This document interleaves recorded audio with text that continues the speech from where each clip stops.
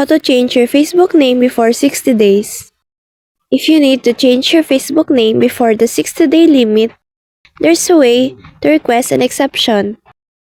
To do this, you will need to submit a request directly to Facebook with a valid reason for the early change.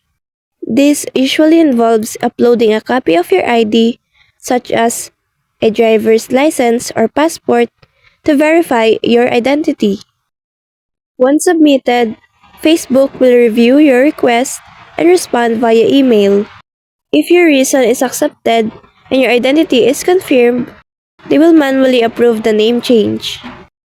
This process isn't guaranteed, but it's the only way to update your name before the standard 60-day wait period. It's your best chance if the change is urgent or the result of a spelling error, legal update, or safety concern. And that's all for this video. I hope this helps. Thank you.